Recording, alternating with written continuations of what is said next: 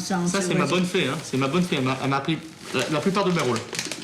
Oui, il y a longtemps, disons.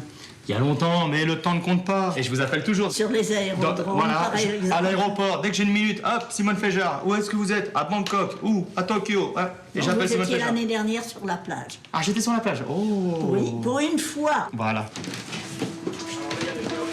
Ah, ça fait plaisir de revenir ici. Grâce à elle, le jeune Roberto va apprendre ses 5 premiers opéras et prendre de l'assurance. T'imagines? Elle a connu tout le monde. Là, elle va vous le raconter d'ailleurs. Non. Non, elle va vous le raconter pas. Roberto. J'ai langui triste et solitaire. J'ai langui triste et solitaire, sans pouvoir briser le lien qui m'attache encore à la terre.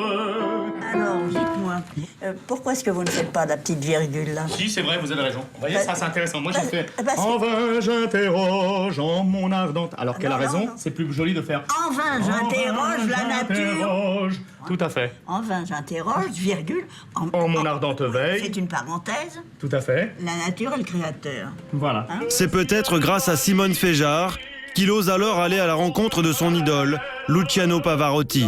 J'ai rencontré Pavarotti au cours d'une séance de dédicace à Paris. Et j'étais allé avec un ami pour me faire dédicacer un disque. Puis je suis tombé sous le charme de cet homme qui était une sorte de demi-dieu pour moi. C'était un homme comme ça, avec un sourire formidable et puis cette prestance comme ça. À 24 ans, Roberto Alagna tente le concours présidé par son idole et atteint la finale à Philadelphie, aux États-Unis. Le concours Pavarotti a été très important pour moi dans ma carrière. Pourquoi? Parce que d'abord, ça m'a donné confiance en tant que ténor, mais en plus, c'était un concours très difficile. On était plus de 1000 chanteurs à Philadelphie. C'était monstrueux, c'était vraiment un très très gros concours avec beaucoup de tension. Et j'ai remporté ce concours à Philadelphie. Ma carrière a démarré comme ça, c'est-à-dire que tout de suite on m'a appelé à Monte-Carlo pour un remplacement d'un ténor, et comme ça s'est enchaîné. Je me suis retrouvé un an après à la Scala et ça a démarré en trombe. Monte-Carlo, Milan, Londres, les directeurs d'opéra s'arrachent le jeune prodige aux allures d'adolescent.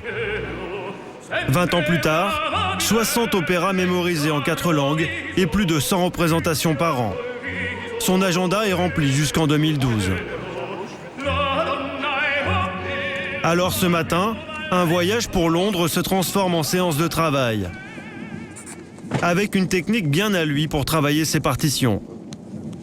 Je préfère m'avancer dans mon travail parce que vu que la saison est toujours pleine, pour moi c'est très rare d'avoir 3 heures de non-stop pour travailler mes partitions. Ça c'est une partition nouvelle, donc il faut que j'apprenne très vite cette œuvre.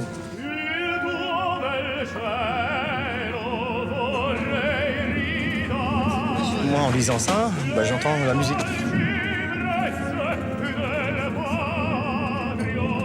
Là, je fais des annotations pour avoir ensuite des repères. C'est-à-dire que quand je vais chanter l'œuvre, sans partition, même si je regarde le public, j'aurai ça mémorisé. Donc, j'ai l'impression que je regarde dans le vide et en réalité, je suis en train de lire ma partition que je suis en train de photographier là. Voilà.